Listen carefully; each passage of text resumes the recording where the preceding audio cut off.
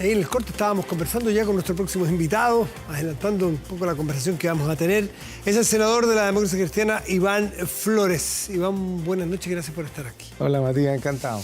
Bueno, tiene que ver con un viaje que harán a España justamente a tratar temas de relaciones, entiendo, con la Unión Europea, no solamente con ese país, es en España, ¿no es así? Pero, bueno, está la situación del embajador chileno en España, que naturalmente sale a la palestra. Nos gustaría saber cuál es la opinión que tiene y si va a tener alguna reunión con él. Sí, mira, efectivamente vamos a estar los presidentes de la Comisión de Seguridad, de Defensa y también el presidente del Senado, por parte del Senado de la República, en un trabajo con las más altas autoridades en materias de inteligencia policial, de antiterrorismo, porque nos interesa conocer no solamente la experiencia, sino que, a ver, recuerda que entre Francia y España han sido los grandes aportes para nuestro Código Penal, en una serie de materias de cómo enfrentar desafíos y particularmente en términos de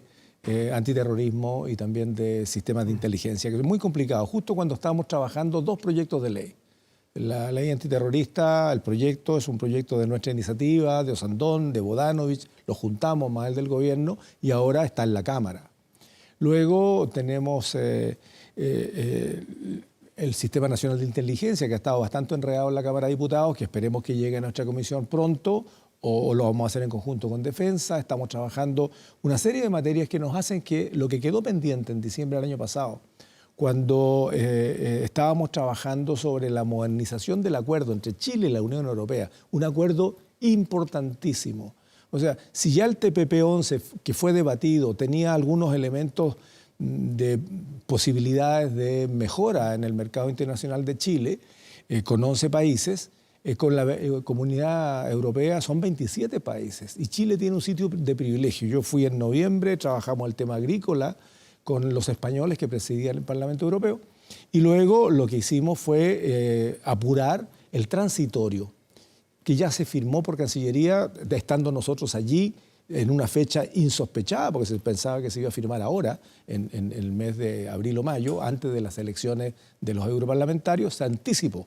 Y ahí tenemos eso. Entonces, bueno, vamos a pasar por España, bien lo dice, justo en un momento en que este funcionario, amigo del presidente, con tanta falta de oficio, de prudencia, de capacidad de entender lo que significa el ejercicio diplomático y cómo compromete no solamente al gobierno, a su gobierno, sino que cómo compromete al país haciendo tonterías, para que lo digamos con franqueza, porque lo del embajador Velasco no es un acontecimiento aislado. Recordemos que lo primero fueron sus dichos, siendo embajador de la República de Chile. Un embajador representa políticas de Estado, representa al Estado y a todos nosotros. No puede tener una postura política y defender solamente su interés. Y lo que hace fue pregarle a todo el socialismo democrático y al Partido Comunista, que habían sido parte, primero de la concertación y luego sobre la nueva mayoría, ¿no? Echándole la culpa a los gobiernos de la concertación sobre las causas del estallido social. Luego la famosa foto, que yo creo que es lo menos importante, ¿no? El comiendo langosta, un poco chorreado, pero bueno, o los piecitos desnudos, esos son tonterías. Lo relevante aquí es que se mete en temas que no conoce. Los sistemas de armas, ¿no? O los sistemas de protección nacional son temas súper delicados. Bueno, pero y no le va a ofrecer negocio a los españoles, no conociendo el tema, no siendo su área. ¿Negocios o hace un comentario que se puede descontextualizar? Porque de hecho entiendo que él alega, en La Tercera Mañana viene un artículo que él alega con sus cercanos de que es sacado de contexto. Porque él no le dice, mire, nosotros tenemos un presupuesto de tanto, ¿por qué no nos venden tal y cual armamento? Porque entonces Israel... No, sino que dice, mire, la situación de público conocimiento, que hay una tensión, que no es solo Chile el que ha tenido diferencias con Israel y ha puesto reparos a la relación de compras militares. Bueno, en ese contexto España podría entrar a competir como un proveedor. Es bien genérico lo que dice el embajador Velasco. ¿No estaremos haciendo una tormenta en un vaso de agua? Yo creo que no, porque además es un tema sensible, pues. O sea, muchos de nosotros hemos estado criticando, estamos advirtiendo lo que va a significar este genocidio que está ocurriendo en Palestina. Hay un exterminio allí. Hoy día leía cifras de los trabajadores de la Luna Roja, que es el equivalente a la Cruz Roja, van más de 200 asesinados. Van más de casi 25.000 mujeres y niños asesinados. O sea, eso no es una guerra, es un exterminio. Pero independientemente de eso, que es la situación hoy día de ese genocidio que comete Israel, con mucha oposición dentro de su propio Estado, tenemos un embajador que lo que hace es justificar lo que pasó en la FIDAE de 2024, en donde, a mi entender, y yo lo dije también, a mí no me gustaría ver volar aviones israelitas que antes han pasado por encima de Gaza. Bueno, en este contexto, señalarle a los españoles que son proveedores de sistemas de armamentos chilenos. O sea, a ver, España produce submarinos, produce portaaviones, produce tanques, pero no produce la tecnología digital que tiene Israel. Y ojo, te guste o no te guste, me guste o no me guste, finalmente Israel hoy día es absolutamente estratégico en el trabajo de las policías, con software, con sistemas muy avanzados, dentro de lo que se ha estado tratando de implementar, yo diría en las últimas décadas, pero también en cuestiones militares. O sea, una cosa es una pistola, es un arma física, y otra cosa son sistemas. Por lo tanto, uno no puede cortar independientemente de la postura política que uno u otro tenga. Y en este caso, lo que hizo el embajador fue establecer un resultado a priori. Producto de esta tensión, se abre el espacio para comprarle armamento español que antes estaban, pero o hasta ahora están proveyendo los israelitas. Al no tener las facultades de compra, ni mucho menos, ¿no se estará sobreinterpretando sus palabras? No, yo creo que fue absolutamente imprudente. Y no solamente yo diría que fue imprudente, sino que lo que hace, además, es ser tremendamente inoportuno. Porque opacó la gira del presidente. Una gira que estaba en el contexto de lo que ya habíamos señalado en esta conversación, Matías, que es la importancia que tiene la Unión Europea para Chile hoy día. O sea, no podemos seguir colocando todos los huevos en la misma canasta y pensar que solo el Asia profunda, solo China va a ser finalmente el que nos resuelve los problemas. Todo lo contrario, estamos teniendo problemas. Hay que potenciar la relación con la Unión Europea y por lo tanto la gira del presidente, que fue una buena gira, ¿no?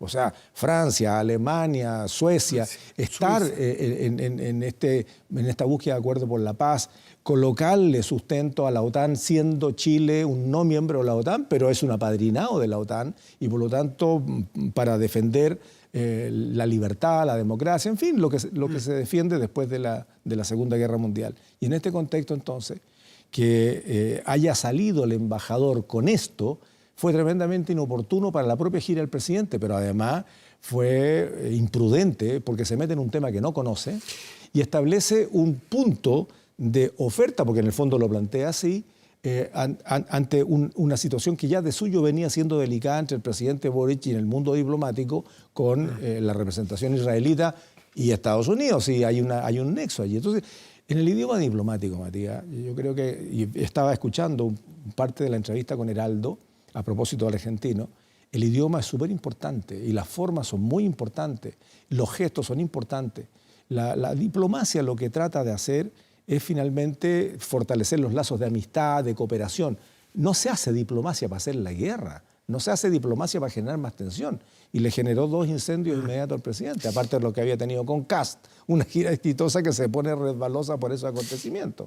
¿Amerita a su juicio revisar la permanencia del alcalde Velasco? O sea, del embajador Velasco. Si yo fuera presidente ya lo habría echado, para ser franco, ¿no? Porque está bien, un error lo puede cometer cualquiera, 2 puede significar falta de oficio o experiencia, pero 3, y en este tipo de cosas, donde él sabe que son materias del Ministerio de Defensa y de Relaciones Exteriores para establecer los sistemas de defensa nacional, que son cuestiones súper delicadas, no las puede tratar un embajador así nomás. Entonces, aquí claramente esta imprudencia lo coloca en una situación difícil y yo espero que el presidente Boric no siga poniendo escudo a quienes no tienen los méritos para ser un embajador en un país tan importante como España. España no es cualquier cosa. ¿Usted está diciendo que está ahí porque es amigo del presidente? Pero ¿y qué duda cabe? O sea, yo pienso, Matías, lo mismo que pasa con el Poder Judicial a raíz del caso, ¿cierto?, Letelier, porque ese es el corazón del asunto. En los nombramientos de cargos críticos deben ser hechos por los gobiernos con los mejores currículums y no solamente el currículum académico formal, sino que con las mejores personas con las mejores habilidades.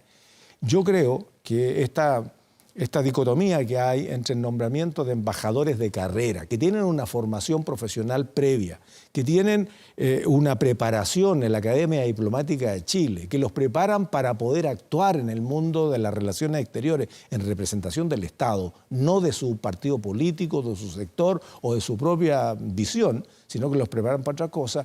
Yo creo que no deberían existir los embajadores políticos. Pero eso sí cada vez son menos. No existe, no sé si en otros países del mundo, no puedo afirmar que en ninguna parte, pero es una norma, al menos en Chile, en todos los gobiernos que yo recuerde, hay personas o diplomáticos específicos que el presidente los pone incluso sin haber sido nunca diplomáticos. Bueno, mi opinión es que no deberían haberlo. O sea, a ver, no porque se ha hecho significa que esté bueno.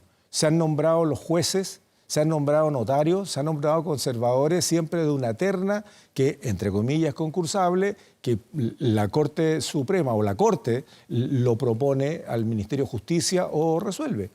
Y eso yo creo que le resta transparencia, hay mucha opacidad en ese proceso. ¿Y por qué no pensar entonces que en el mundo diplomático, que es tan delicado, que requiere tanta capacidad, no puede hacerse lo mismo? O sea, la historia para atrás y la historia para atrás, pero de aquí para adelante, ¿por qué tendrían que haber embajadores políticos? Entiendo que hay muchos países, democracias occidentales y modernas, que el Congreso tiene que respaldar los nombramientos de embajadores. Bueno, pero sin duda, pero no es cualquier embajador, son aquellos embajadores críticos, son aquellos embajadores que representan al país en países que son tremendamente relevantes no solamente para la relación cultural, sino que para la económica, para la política.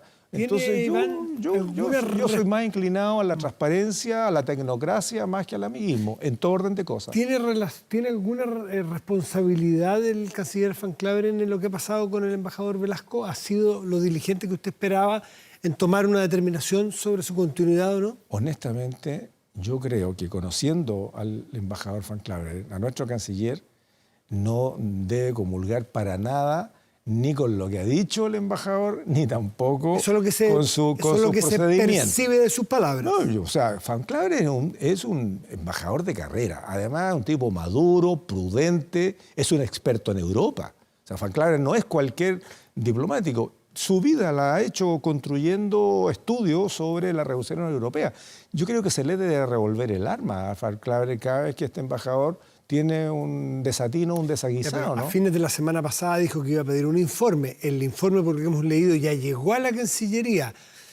¿Es porque no ha llegado a Chile? Suponemos que llega mañana con el presidente a Chile. Es muy diplomático el canciller, pues sí, el canciller de la República. Estas son decisiones privativas del presidente. El canciller no le puede decir, mucho menos públicamente, al presidente, ¿sabe qué más? Saque a este muchacho. A ver, no es porque sea un tipo joven. Saque a esta persona que no tiene la experiencia, ni la altura, ni la capacidad para ser embajador en un país tan relevante para nuestro país en términos de inversiones, en términos de exportaciones e importaciones, en términos de la relación cultural que existe, poner a alguien que jamás tuvo relación con el mundo diplomático. Él es un abogado, entiendo que ha hecho algunas cosas en su profesión, pero no tiene ninguna experiencia en diplomacia. Entonces, bueno, pónganlo de embajador en un país tranquilito, pues. Mozambique puede ser un buen país. Ahí va a estar tranquilo. Cuénteme una cosa sobre... No pasa nada de lo que haga o diga allá, ¿no? Pero sí puede pasar en España. De la visita que ustedes van a hacer a Europa para juntarse con estos expertos con la Agencia de Inteligencia y el Centro de Infraestructura Crítica, ¿qué agenda de trabajo llevan? Porque ese tema sí que es relevante en la agenda chilena hoy día. Muy intenso, mira. A ver, yo voy a decir lo que honestamente puedo decir, pero lo que la prensa trata respecto de nuestra situación en términos de seguridad pública, en términos de convivencia social, de lo que nos está pasando con una inmigración absolutamente descontrolada, que dicho sea de paso, ayer sale un informe en donde el 60% de los migrantes ilegales entraron entre el 18 y el 22, y de ellos el 90% son venezolanos, muchos de los cuales no están empadronados, no tenemos ninguna idea de qué se trata con ellos. Lo hablaba con el director nacional de Migraciones y me dice, mira, los inmigrantes fantasma, que son muchos, nadie sabe siquiera, están cometiendo delitos y nadie sabe dónde están. y las órdenes de expulsión, que son 28.000 órdenes de expulsión, tanto judiciales como administrativas, hoy día no tienen destino. Por lo tanto, quienes promueven romper relaciones con Venezuela, qué rico sería romperlas, porque la dictadura, hoy día expresada a través de su esbirro, ¿no? El fiscal. Sí, pero es un fiscal, entre comillas, histriónico, que lo que hace es ser tan folclórico como su dictador jefe, sin ninguna autonomía. Lo que hace finalmente es bloquear la posibilidad de recibir de vuelta a aquellos delincuentes que pasaron a través de fronteras no controladas, que hasta el día de hoy siguen no estando controladas. Tenemos 826 kilómetros con Bolivia y tenemos 180 con Perú. Claro, tenemos Fuerzas Armadas, pero la cantidad de efectivos de las Fuerzas Armadas, con las atribuciones acotadas, o sea, de atribuciones así, se las apretaron a en el estado de excepción en el norte, la verdad es que hacen que su trabajo sea poco efectivo. Siguen pasando inmigrantes ilegales. Entonces, Migraciones Chilenas, dependiente del Ministerio del Interior, dice, mira, suponemos que pueden ser como 150.000. ¿Y podrán ser 250.000? Sí, podrán ser. ¿Y podrán ser 300.000? Sí, también, si nadie sabe, pues. ¿Qué se puede hacer? Mira, primero no podemos romper relaciones con Venezuela, porque ahí sí nos fregamos, porque no tendría ninguna posibilidad de repatriarle a aquellos delincuentes que hoy día están con orden de expulsión judicial. Y ojo, Matías, en nuestra situación en general de seguridad, si aumentáramos la capacidad del Ministerio Público, que el Ministerio Público lo está pidiendo a gritos, para no ser el país con el peor indicador de fiscales, de causas por fiscal, o de fiscales por habitante. Somos el peor país de América. Estamos 3 veces más bajo que Colombia y que México, y a la mitad de Ecuador. O sea, si queremos ser persecutores del delito, necesitamos entregarle herramientas y recursos al Ministerio Público, y el proyecto de fortalecimiento le da 1/4 de lo que está pidiendo la Fiscalía y se lo da en 4 años. Y esos 4 años, desde que se termine de aprobar el proyecto de fortalecimiento del Ministerio Público, que ya pasó para el otro gobierno, resulta que en vez de repartir 205 fiscales nuevos, 50 por año, para llegar a 200, ¿cierto? Sí, sí. Le da 17 el primer año y le da 26 el segundo año. Y por lo tanto, los fiscales que necesitan en el mínimo van a llegar en 6 años más. O sea, si no podemos perseguir el delito, Matías, y aunque podamos perseguirlo, ¿dónde los metemos? Cuando el presidente Piñera, por la pandemia, se vio obligado a indultar a más de 2.000 internos de las cárceles chilenas, ¿por qué lo hizo? Porque habían 42.000 cupos, estamos hablando del año 21-22. Habían 42.000 cupos en las cárceles, espacios para presos, pero habían 56.000 presos, pues.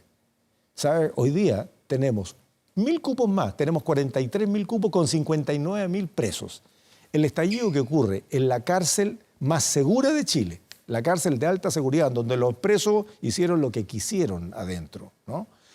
Hoy día nos da una señal de alerta. Entonces, no tenemos una capacidad persecutora tal que dé cuenta de los delitos que se están cometiendo en Chile. Y aunque la tuviéramos, no tenemos dónde dejarlo porque no cabe un tipo más, a no ser que los arrumemos. Yo no tengo problema con eso.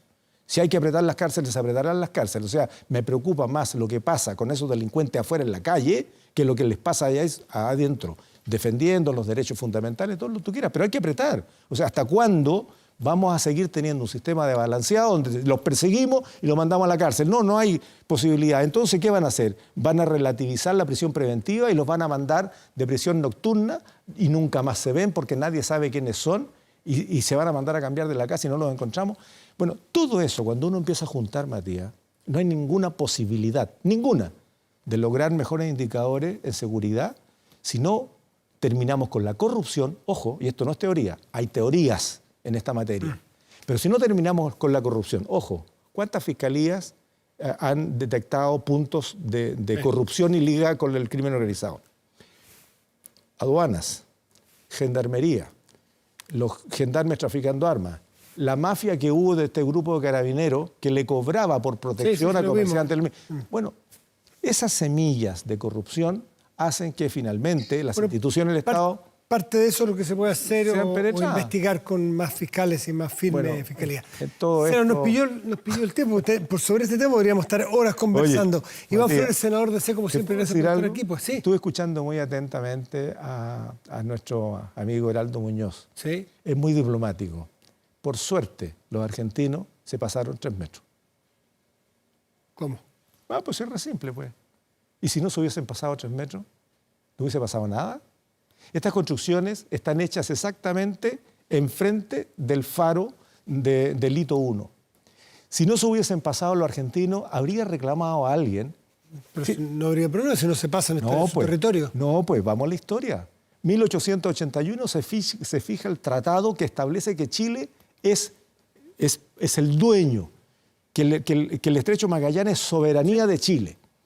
Y se fija el punto en donde hasta podían llegar los argentinos. Pero el control del estrecho es chileno.